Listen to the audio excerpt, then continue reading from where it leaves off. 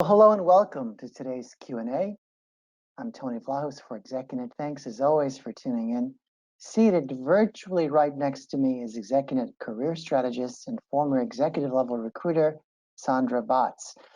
If recruiters aren't contacting you and you can't understand why, or the lack of interviews and abundance of rejection is getting you down, you'll be glad you joined us today, because today you will learn why this might be happening to you and pick up strategies to get your job search unstuck and moving forward again. All that and more is straight ahead. With that, Sandra, good to see you again. Welcome. Good to see you, Tony. I look forward to our fun. I always do, and I love the cows as always. So let's start here, Sandra. We're going to lean into the hardcore troubleshooting part of our talk momentarily, but I'd like your perspective on what it's like out there right now for senior level people searching for their next great role. We're about a quarter into the new year. It's hard to believe, but it's so true. What are you hearing from your clients and from the world around? Well, in terms of the market, we're seeing lots more activity. We've been seeing a general uptick in activity for about the last 6 months anyway. But I can tell you over the last month and even the last couple of weeks, it seems like there's a plethora of interview activity happening. There's more opportunities popping up in general. And there just seems to be more activity in general. I can tell you that not a lot has changed from the perspective of people coming onto the market, because even though there's a lot of activity, there seems to be more of a frustration around two main things, and that is, why am I not getting in the door like I used to? And how come I'll go in and when I do get in the door, I go in for an interview and I don't hear things back, even though I thought it was a great interview. And so the understanding that when you first come into the job market at an executive level, the strategies that you used when you were lower in the pyramid don't work like they do when you're towards the top of the pyramid. And so there's a lot of frustration that we hear and see from members that are entering into a job search because they hear the activity is hot and not getting the sort of reaction that they're looking for without really understanding how things are different. So if you're not getting the activity you long for, you're not getting through the door, you're not getting offers, is that a reflection of your candidacy? Yes and no. So one of the differences about being at the executive level is that if let's separate it out into the two categories of 97% of the workforce and 3% of the workforce. 97% of the workforce is going to report into people who technically maybe do what they do or have done what they do, or some maybe do it at a broader level. So you can sell yourself simply by pointing to your skills and experience, and they'll understand why one proven track record is any better than another proven track record. And then when you get to the 3%, you're no longer talent necessarily. You can't market yourself that way. So you have to market yourself like a product where there's a need and they're willing to spend money on that need. But just like a product, it's not necessarily the best product that wins. It's actually the one that does a better job at communicating that ROI. So is it me or is it the way I'm communicating it? Either way is going to, if you're not doing it right, it's going to end up affecting your candidacy. Sure. So I'm hearing it could be about the quality of your candidacy. It could also be about your job search technique, how you market your product. Okay. Yes. Let's take a chat from one of our listeners. Dear Tony and Sandra, great start. I'm a CIO with an annual comp exceeding $300,000. I've been with the organization for 12 years now, and now in 2021, find myself in need of a new job. How do I begin my search? Great question. It's at the top of everyone's mind when you're first launching your search. Where do you start? Well, I can certainly understand how it can be extremely overwhelming because you've got information coming at you from all angles. Because of this uptick in activity, you've probably noticed a lot of, if you have job search posting alerts set up, you're probably noticing a plethora of those coming in. Do I respond to this? How do I know if I should get a better resume together before if I respond to it? Should I change my resume according to what that job is? I don't like to ask people for favors, so how do I even network in the first place? All that can be overwhelming. So in the spirit of troubleshooting our job search, there's a very simple architecture that works. And it's the methodology that we use to take people to market at ExecuNet. And that is, think of it as if you were marketing a product. So if you are going to launch a product, where do you start? So that's the question, right? Where do you start? Well, the first thing you need to do is you need to figure out, well, what does that product do? And how does it do it different or better than the competition? And then once you have that solid value proposition, you then know who your customer is. Now our world has completely changed. So if we were having this conversation 10 years ago, it would be completely different. But now we can actually target that customer. If we know what the product does, if we know how it's different or better than the competition, if we know what solution it provides, we can go out and find that customer. We can go out and market to that customer, and we can make sure that we're optimized for that customer to find us. So once that happens, you know who your customer is, and then you can go target. So always in the architecture of getting started, the first thing is to know how you compete against the competition and know what your true value proposition is. And once you know what your value proposition is, there's only one thing left that you have to do, and that is communicate it to the right people in the right way at the right time. Do you find, Sandra, in working with all of your, or many of your senior level executive clients, that there is at times a mismatch between what you are targeting and how you are presenting your value? In other words, you might have the right value, but it's not really for the right organization, or conversely, right organization, but your value statement is off. Do you find that's a common bottleneck or problem for people? It's practically symptomatic to the executive level. That's how common it is. So, and this is how I started to realize that. And this is a very specific problem for the executive level. So as a headhunter, and I did finance recruiting, if I was talking to a CFO and that CFO was looking to hire, say, a controller, that CFO could give me a solid list of skills and experiences that they were looking for and the experience they needed. And then good little headhunter would go out there and go find these people and deliver them on a silver platter. Well, the top three anyway. You never want to be the fourth with a headhunter. But anyway, that's another story. And good chance that they would hire one of those people, that the criteria they had set for me is pretty much on target to who they would hire.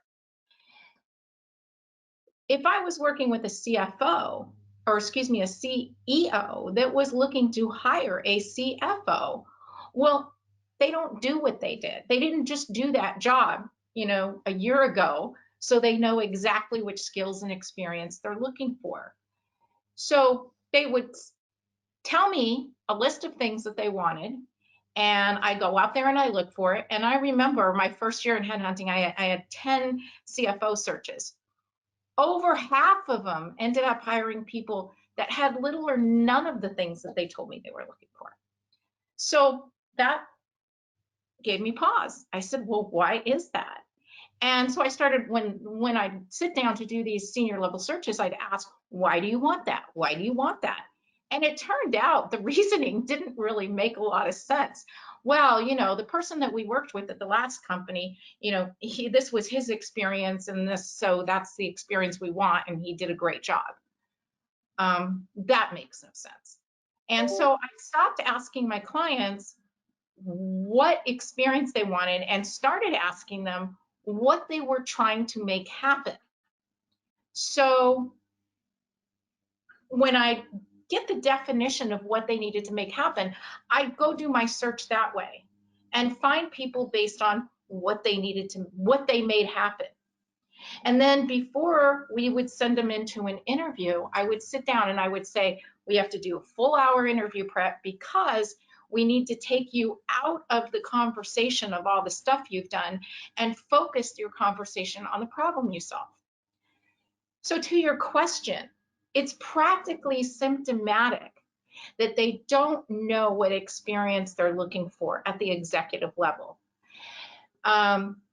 They do, however, know what problem they're looking to solve. Sometimes when they go into the search, and sometimes they know it when they hear it. So they might hear, oh, wait, this person's an expert in maximizing top and bottom lines in tight margin environments. Wait a second, we're a tight margin environment, and that's actually what we need to do. And you might start talking about how, you know, you strengthen and scale financial organizations for global expansion. Wait a second, that's what we're looking to make happen. Even though none of that experience may have been the experience that they thought they needed in the beginning, your experience versus what they thought, they now are hearing a value, or wait a second, that's what we need to have happen. And then that's when those matches start occurring. That's when one person clicks into another person and not only is able to say, I think this is the right person for us, but actually be able to articulate and make a business case when it comes down to offer stage to all the other stakeholders as to why. Mm-hmm. We've been touching obviously on marketing, the thing you control about yourself, the value that people perceive you will bring and the difference they perceive you will make to their organization, how you'll solve their problems. So the question becomes, how can I ensure that the thing that I most control, which is the marketing of myself, is complete? When I look at all the ways that an executive could and should be marketing themselves, the obvious places include LinkedIn. We hear about resumes. There's still a whisper here and there about the value of the cover letter. And of course, there's networking. I can think of those four off the top of my head. In no particular order, could you address, Sandra, how we make that one marketing effort? Because it could be a trouble area when those four or more things don't seem to be working in unison. If your story isn't consistent across those areas, and respectful of the channel, because how you communicate in the channel makes all the difference, suddenly that vision of yourself is fragmented. It's not consistent. It's not that powerful, unique statement that you want to deliver. So what can you as an executive do, and what should you be doing to ensure that you've got one solid statement out there so that when prospective employers encounter you, they're getting the real deal. They feel your vibe and the difference that you'll make. That's a very good question. Again, we can take it right back to the marketing strategy. So if you're going to launch this product, you are going to have to know what the value proposition is, and then you have to communicate it. So what would marketing do? They would say, well, now we know who our customer is. Those customers usually get broken down into different segments. So like the marketing kids call it personas, okay? There's this type of an audience. So I'll give you an example. We've got Uber. So Uber has their drivers, and then they actually have their riders. So they have a value proposition, but that value proposition is going to take a different focus with different audiences. And the way that marketing does that to break these different audiences out into groups is to understand, well, what is that group doing for us? What is this particular audience? What do we need to do? What do we need them to do for us? Right. So what ExecuNet's done over 30 years is really broken down all the research.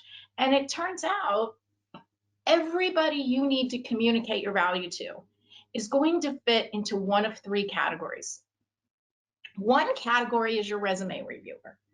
Now, your resume reviewer, let's get into that head, okay? They look at this document for a living, and the only thing they're doing for you is getting you seen by a human being. And by the way, this is the human being that sees you, sees your document, your resume, after the applicant tracking system already triggers it.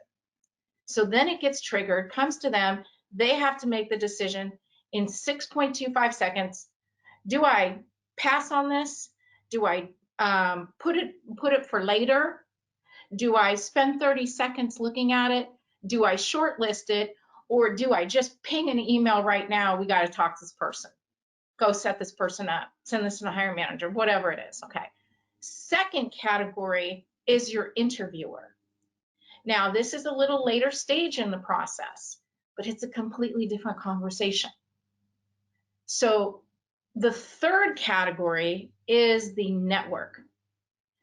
Network is more on the front end of the process because your network, 85% of professionals that make 200K and above are not going to get their next job through a job posting. I mean, we know that. That's actually been consistent for many years. They're actually going to get their job through network. So network, if you were the product and you had a marketing department and a sales department, picture your network. Everyone you know, everyone they know, and everyone those people know is 85% of your marketing department. 85% responsible for getting you in the right room with the right people. So how do you communicate that to your network? So all these people have different spins. So what we do is we dig into first that core value proposition, and then we talk about how that value proposition is going to get focused differently for different stakeholders. So for the resume reviewer, we know how scientifically how people skim documents with their eyeballs. So that's we have a particular format. We know how to control the narrative because that's what marketing does in all collateral.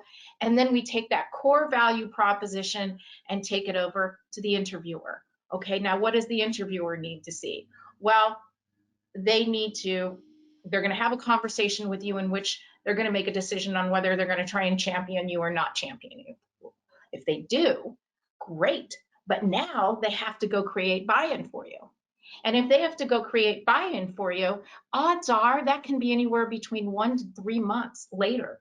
I mean, the average time from first interview to offer is an average time of 3 months. So you're not in the room or in the virtual room for 95% of that discussion. So your leave behind has to be able to have the talking points that allows them to bring them back to that interview. So that's why the leave behind's not the resume at the executive level. That's why we develop a value graphic for that.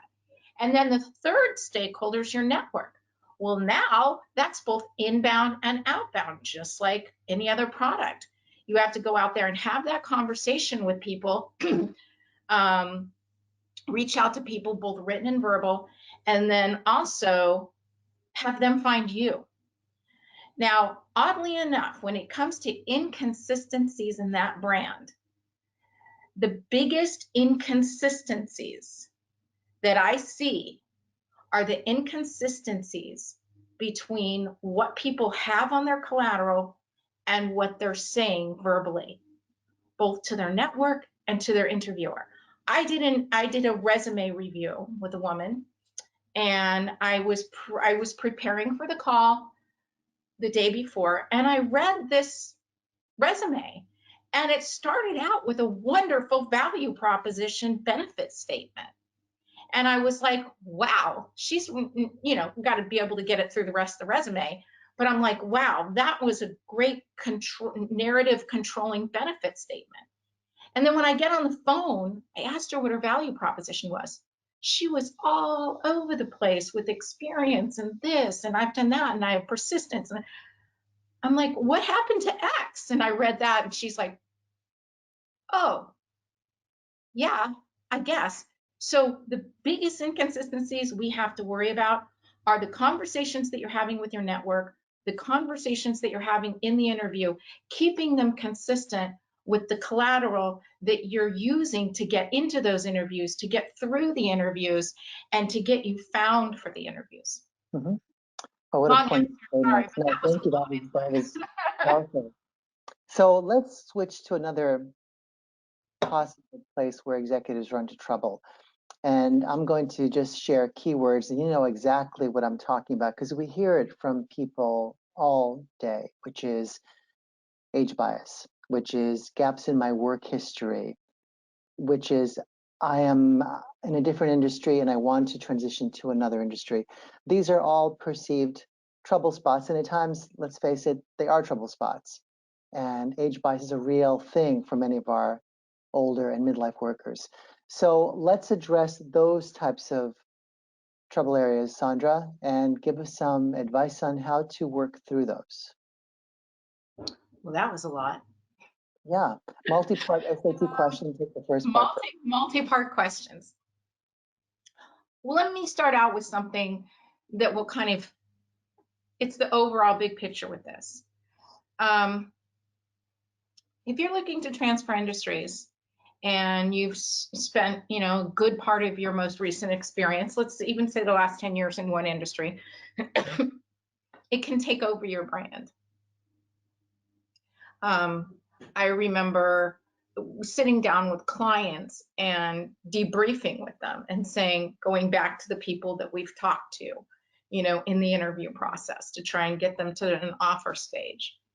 And nobody ever remembers anybody's name, but they remember how they felt.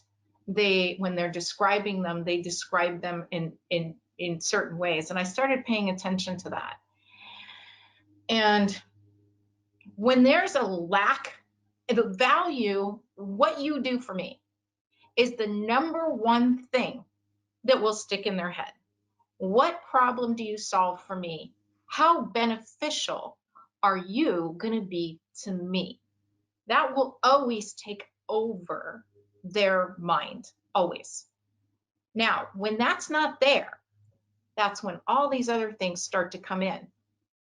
My favorite debrief session was a session that I had with a client. And one of the candidates that went in there, he had told me that he had a broken leg and he had to go into the interview wearing shorts because he had a full leg cast. And I didn't know that he was going to go into the interview wearing pink running shorts, but that's what happened. And so when I was debriefing with the client, he referred to him as Pink Shorts Guy.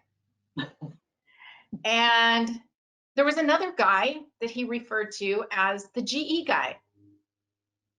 There was an absence of a brand there because the whole interview that had taken place was all about his past experience. So what did he get branded as? Pink Shorts Guy. Okay. Then there was the turnaround guy.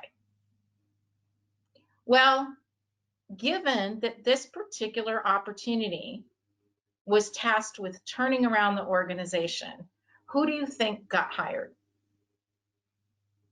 Not Pink Shorts Guy. No. It was turnaround. And by the way, turnaround guy was the oldest guy. Okay. But well, I like that ending. Keep going. That's neither here nor there. The point being is that when there's an absence of how you're going to benefit me, all these other things start coming into play. I remember, well, some examples would be too specific for me to put out there publicly, but there's been scenarios in which I've hired vendors where I didn't particularly think that it was like we would be friends to go out and hang out for beers or something like that, but I was certainly interested in him solving my problem. you know, being that professional vendor for, finding accounting errors or something like that. So when there's an absence of brand, all these other things are going to come out. And when I'm getting client debriefs and I'm asking them, okay, well, why didn't you go with so and so? Let's say they hired somebody that had that brand awareness, but they also may have had 5 years more of experience in that particular arena. The brand awareness thing isn't something that they're always they consciously understand why they wanted to choose you. But when they're giving the feedback, a lot of times they'll say, well, this person actually had, 5 more years of experience doing X. So a lot of times you hear feedback that's not necessarily the reason that you didn't get chosen. Our brains as human beings have 30 thoughts per second. So we don't know what they are because they're happening subliminally. But then we form, in that first split second, we form a conscious narrative with it. So whatever story we tell ourselves, in that first split second, all we do actually is look for evidence to prove ourselves right. So when it comes to age bias, there's a lot of negative stereotypes that go along with being 50 and older in the workplace. Low in energy, I do things my way or the highway. I'm not open to change. I don't like all that technology hogwash. All these negative stereotypes are out there. And they will actually not control the narrative if you give them another narrative that's much more important and sometimes even contradicts that particular narrative. Because everybody loves saying, well, that would be a little bit too specific. But when we focus in on how that benefit comes about and what we actually do for them, we get a chance to override that narrative in the brain.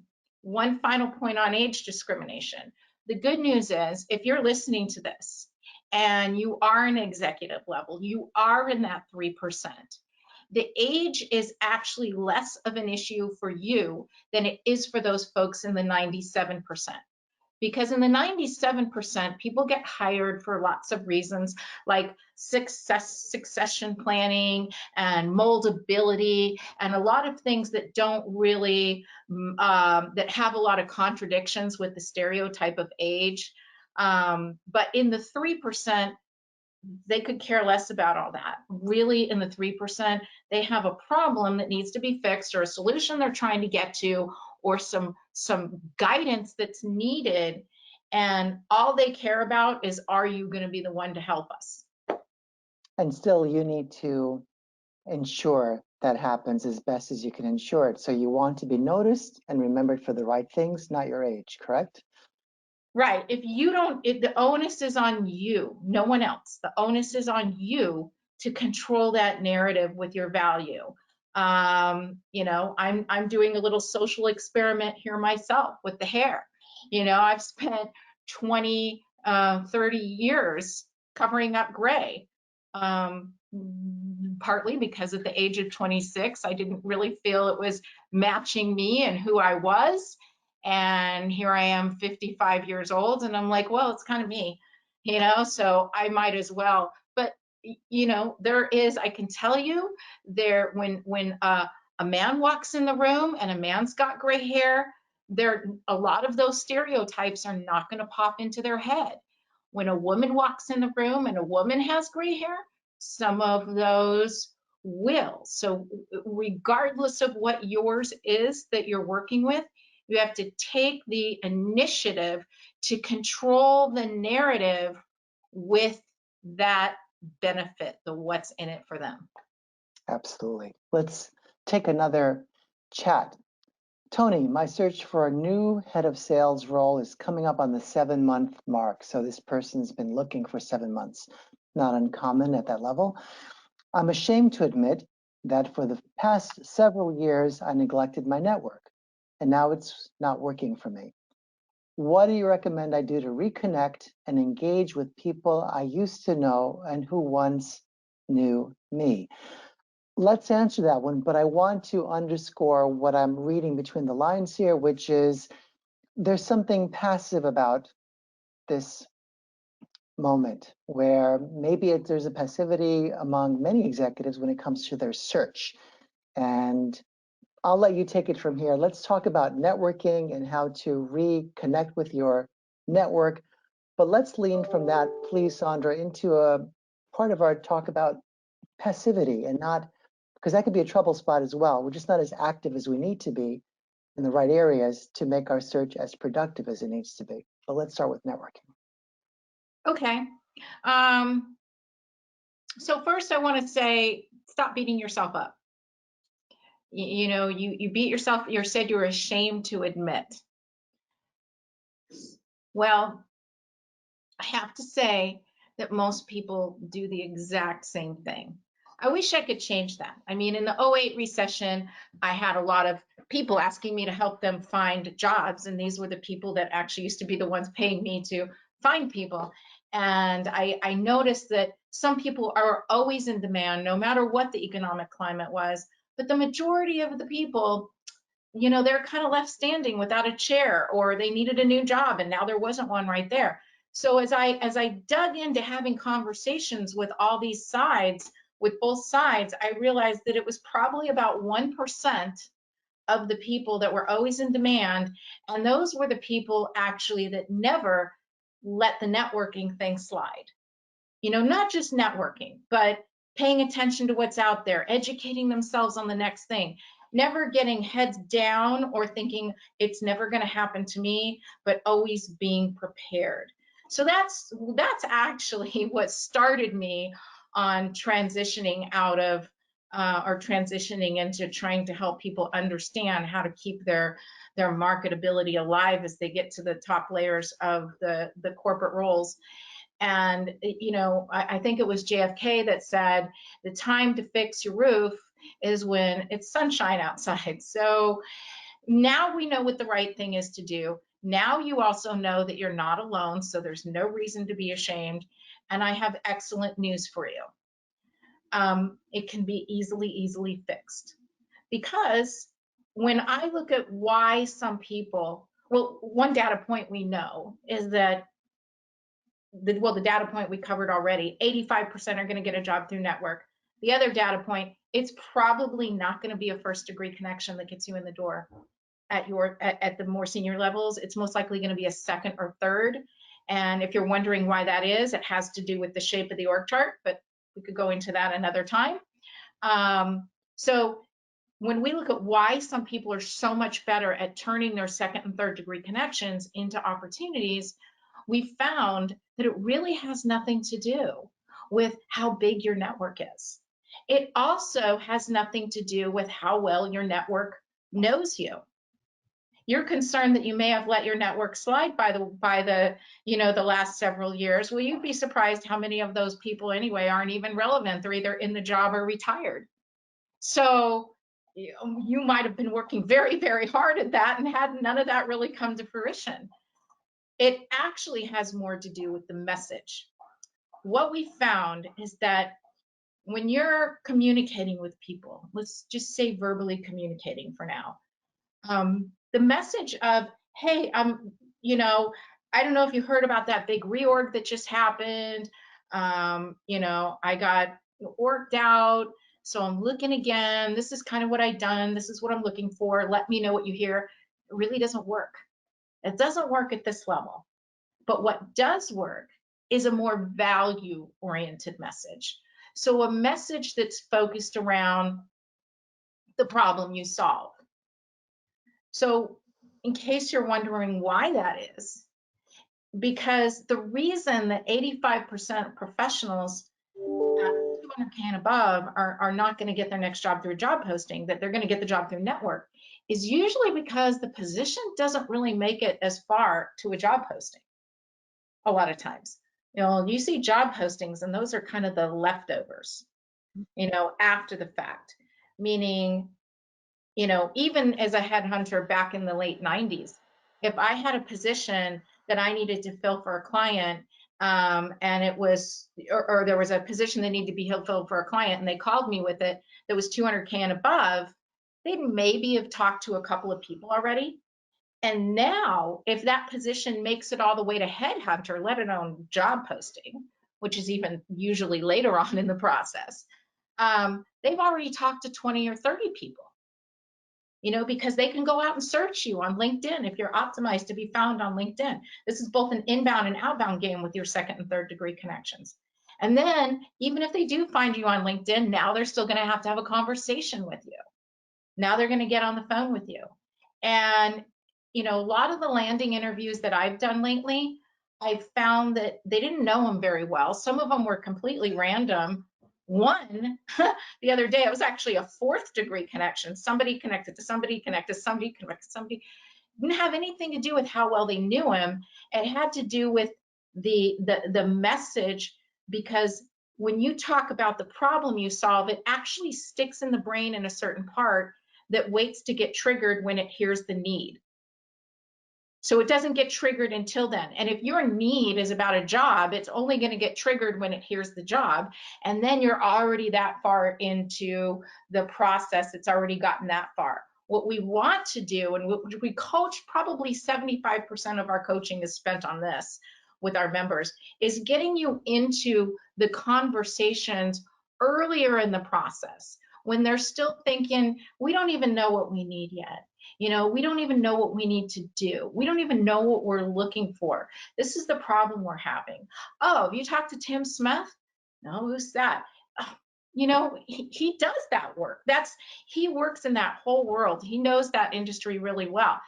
And then he starts talking to him, and then pretty soon he's guiding him through the process of the types of things he needs to do. So what do you think they're going to do? Do you think they're going to write all that solution down and say, now I'm going to build a job description with it and go out there and try and hire some random strangers by posting a job on LinkedIn? No, they're first probably going to say to Tim, so how much would it really cost for you to just come in here and do this for us? Maybe they get them, maybe they don't. Maybe they have to take it to the next level. So do you know any other people like this? And that's where this value conversation really enables you to get the introductions. And not only the introductions, because people like you, they'll introduce somebody to you, even if they can get over their fear of looking stupid because they don't even know what to say. But even if they could do that, the reality is, what are you going to say when you get that conversation? So that's why that value conversation becomes such a trigger to turning your network into jobs. Mm-hmm. I've spoken with many executives, Sandra, who feel, yeah, that conceptually makes a whole lot of sense. But they also feel their problem is that they're not well known or widely known enough for what problem they solve. How can we troubleshoot that problem for people? How, in other words, can you get known for what you know? That is a really good question, because that takes some work. That takes some footwork. One of the best things you can do as a first step is, once you know what your value proposition is, optimize yourself to be found for that. You'd be surprised how many people just go on LinkedIn and start searching with keywords. And when they see somebody that's connected to somebody, that when the search results come up and they see, oh, look, so-and-so's connected to so-and-so, I should ping them. Now, maybe they could reach out to you directly, probably, if they had some sort of account that allowed them to do that. Or they might ping that person that, one of the people that you have connected in common. And so being found on an inbound basis is probably it makes the most sense to start there, first of all. And then on an outbound basis, you can also utilize LinkedIn for branding. So a little experiment that I like to do sometimes when I'm doing a screen share with somebody is, I say, look, I have 6,000 connections on LinkedIn. There's no way I know what everybody does. But let's just play this game. I'm going to go onto my home stream.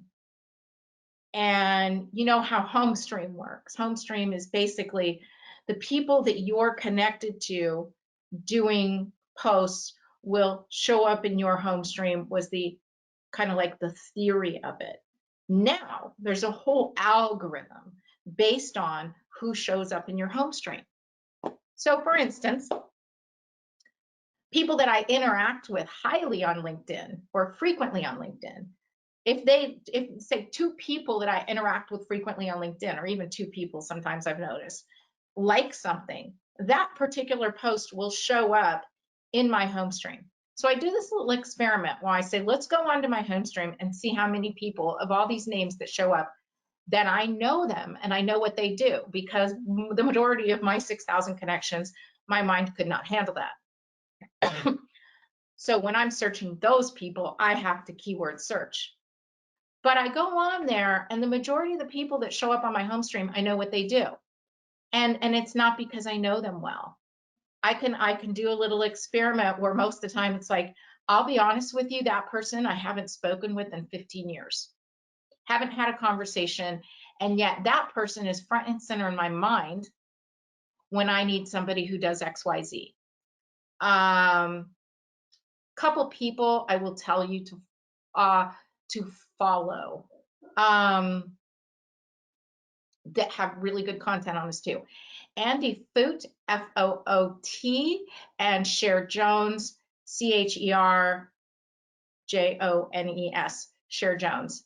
So they're, I mean, you know, they coach people to do this all the time. You know, they're to get a session with them would probably to get a strategy with them would be about $20,000. But there's a lot of good content there that you can get, understanding how just to show up in the home stream. So if you're more of an introvert, or you don't want to go out there or start making phone calls and talking to people, this is an excellent place to start. You know what your value proposition is. That's the first place you start. And then we start optimizing you to show up in the home stream. The other piece of it on an outbound basis is to just get comfortable with your value conversation and just start using it. It's going to get better the more you do it. Mm-hmm. There are a couple of more things I want to get to, but before I do, let me ask you, what are some of the other trouble spots that you've noticed through your years of working with people at that level? What are, in other words, some of the troubleshooting areas that you focused on? And then if there's anything that I haven't covered that you've covered, no need for me to ask it. So just lead the way. Tell us what else you've noticed that you'd like to draw our audience's attention to. I think the biggest problem is this. So that's what I call the executive mic drop. Okay. A good example is, so have you thought about your value proposition? Do you know what that value proposition is? That, by the way, is not a question you're going to get in an interview. In an interview, it's going to sound like, why should we hire you? Because they don't know, you know, the marketing term of value proposition. The only thing they know is what's in it for me. Tell me, make my decision for me. Tell me why it is in my best interest to spend this money on you. They want you to facilitate their decision with something that makes sense in terms of an ROI.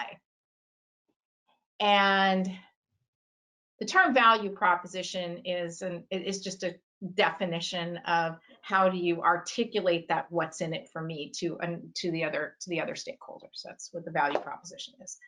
So when I'm working with a member and I say, what's your value proposition?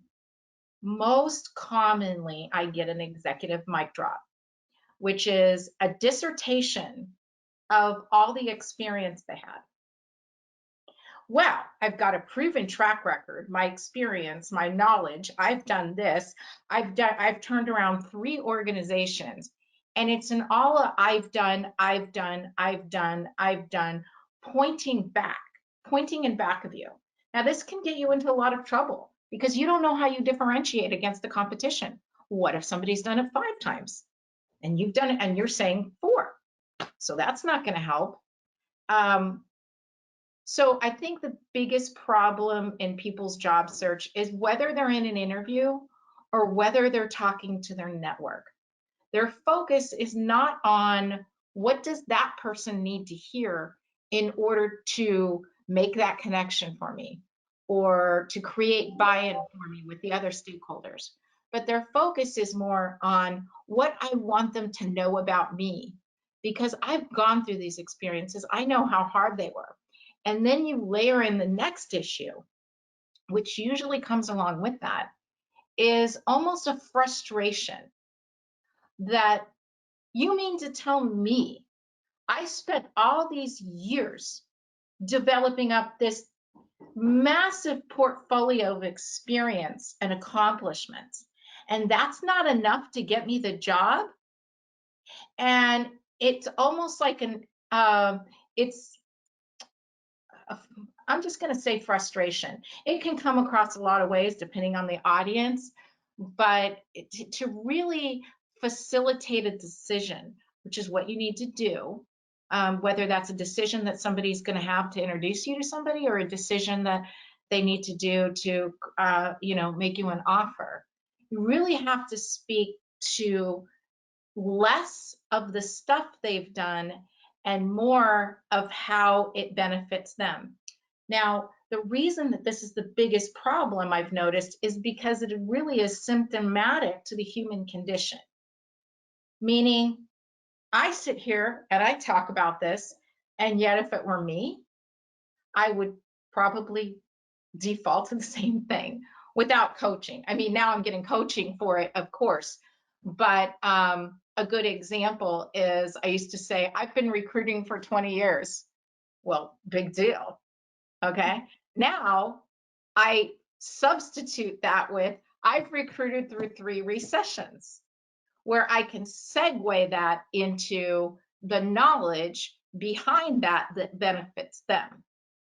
So the frustration that happens because you're not being recognized right off the bat, and society and your identity is all wrapped up in that, and that's okay. We're not going to change that. When we work with you at ExecuNet, we're not going to change that fact that that's your identity, because believe it or not, we want you to keep that, because that is actually what makes you good at the job you do for when you get in the job. The problem is we need to take the perspective and shift it around to the stakeholder party in order to actually help you land that job, and B, help you continue to communicate with your network when you meet somebody who may not even understand what you do because they're your neighbor, but they have a brother-in-law that works at Google, or a husband that's a CEO at a particular company, or a brother that has a tech company. I don't even know what he does, but I want to introduce you. Or whether it's a recruiter that did some really intense search and found their needle in a haystack, and you popped up, and now they're going to have a conversation with you when it's much more specific. So understanding what their hook is, and understanding being able to get out of your own identity and into what they need to know is probably the most difficult thing to do, because we are inside of us. It's the same reason doctors don't diagnose themselves. And it's the same reason that I actually got nauseous trying to do my own resume. I thought I was coming down with something. I shut off my computer and I felt better all of a sudden, because it's us. And would you say that the number one reason why executives don't get the offer after the interview, or they don't get a second interview, is because they didn't shape that story in a way that was relevant and useful and valuable to the person they were talking to? Are there other reasons why that offer isn't extended, or is that the main reason? There's other reasons, and we have no way of knowing that answer to that question of what's number one, what's number two. Reason being is because it never gets reported. It's not required to get reported. Why you never heard back from somebody, a lot of times you're never, ever, ever going to know. Could be the position got pulled. Could be the funding got pulled. Could be that the owners decided to sell. Could be that there actually was somebody that came along and did a better job at selling themselves. I'm just going to tell you this. And a lot of this is just, since we don't have a lot of data on this sort of stuff because it's impossible to track, I'm just going to have to go with my opinion and what drives me to wake up in the morning. There's things that you can control and there's things that you can't. And I would spend time talking on the phone with my candidates, hypothesizing what could have possibly gone wrong in the interview. And maybe sometimes I had a little bit more insight. Sometimes it was things I did not feel comfortable sharing with them that they said about that person. Sometimes it was uncomfortable, but I still shared it with them, thinking it might help them later. So there's always those like fine lines, everything from, what he just came in and he was just hot and sweaty and drippy. And what does that mean? Does that mean someone can't do the job? No, but our brains have 30 thoughts per second and there's subliminals happening in there. There's subliminals that are telling them this person is late and disorganized and all over the place and can't like pull the composure together when they need it. But did they know they were thinking those? No. And then on the flip side, since I have been working very hard at trying to understand what those subliminals might be, a particular client of mine that was looking to fill a position, I knew right away which one I thought was the best one for the role, and she didn't like him. She said, there's something about him I can't trust. And I had already thought about this, and I said this to her. I said, do you think it's the fact that he's wearing a toupee? And she thought about it and she said, maybe you're right. She didn't even know that the subliminal that was happening there was because he has fake hair, that maybe other things are fake about him. These are subliminals. They're not being tracked. If no one's doing the work to pull them out, recruiters most of the time don't care. They just want to close the deal the client wants to close, because if they close that, they're going to get their money and that's it.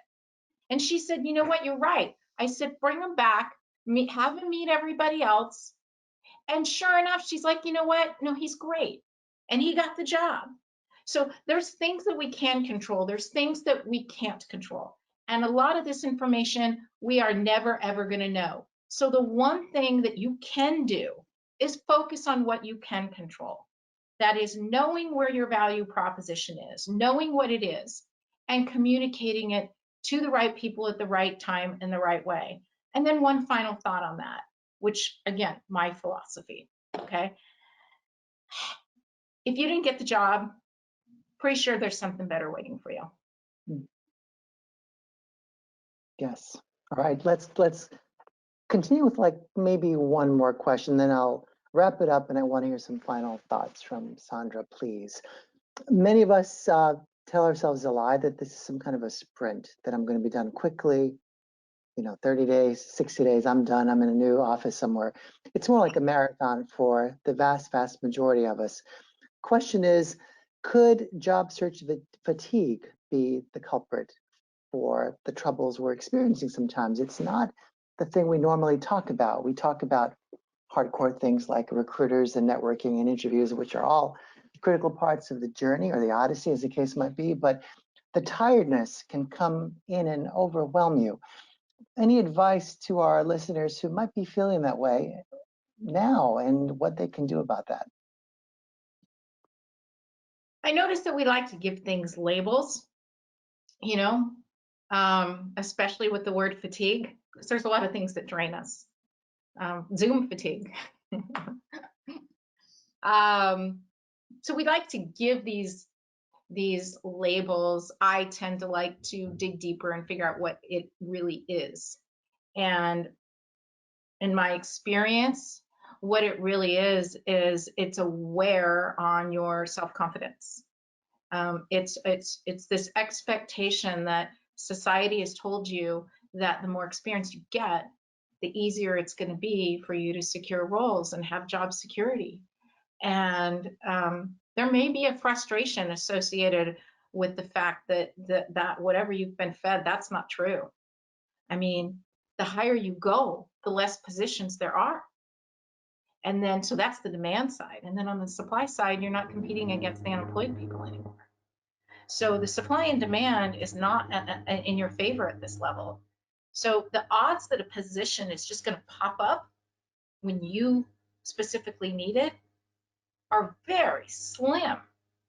So once you've had to go on the market and deal with this once, the reality sets in that I can't just treat this like go on the market, off the market. I have to figure out a way to communicate my value proposition in my daily life. And when I get this job, I'm not just going to sit there on my laurels. Like when we work with a member and they land, one of the next emails that we get after onboarding coaching is usually, can we update my collateral now to be prepared for that next one? But here's the good news. Since the message doesn't work anyway of, hey, I'm looking for a job, let me know what you hear, you don't have to think of yourself as somebody who's going to get a job and then be searching for a job at the same time. You can actually just have a strategy and have a plan to know how to make this part of your daily conversation.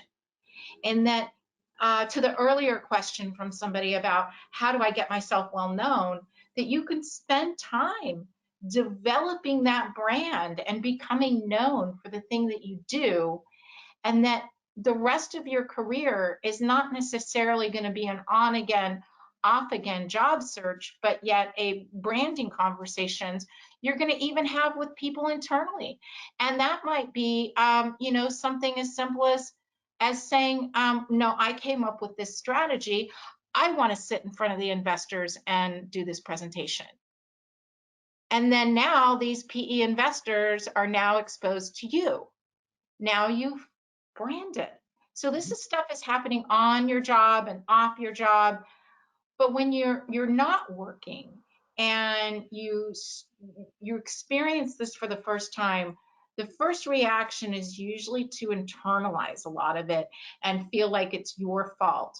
I find that one of the easier things to start with is understanding that there's just some different dynamics going on, and you've got your own identity that you're working with, and you need a different perspective. You may just need a different strategy. And I find then the fatigue tends to go away, and then there's more excitement about it. Because truth be told, the concept of networking can be a pit in the stomach to some people, but when they realize all they're really doing is talking about like the thing that they do and how it helps people, all of a sudden they're excited to talk about it. And in the next 3 months, they have 4 webinars scheduled where somebody wants to have them speak on a particular panel at a particular event, and that's getting known for what they do. Wonderful. Okay, let's bring this to a close because we're almost at the top of the hour. Hard to believe, but here we are. Sandra, thank you as always for sharing your insight, for making time to talk to us. Thank you all who tuned in. There were questions. I got to like 99% of them, which yay me. Not easy to do at times, but I think we did it. If I didn't, by all means, and for any other reason, follow the link that Kim has chatted. It is a route to folks like Sandra who will listen, understand you, and be able to guide you forward in your quest for the job that's right for you. Promise. So with that, Sandra, any final thoughts before we officially wrap up today's Q&A? Yes, it is a thought that I mentioned before, but I think it should be the final thought, is that everybody at this level brings something special to the table. Scientifically speaking, there's no way somebody could have had the exact same experience as you, and they don't even have your brain, so they couldn't have done the same thing with it. So you do bring something special to the table. And if you've been passed up for an opportunity in the past, I can tell you that your value out there, it just scientifically speaking, is valued and is needed, and there is a better opportunity waiting for you. On that high note, positive note, thank you again. Thank you, Sandra. Thank you all. I look forward to seeing you at the next Q&A or masterclass. Bye for now.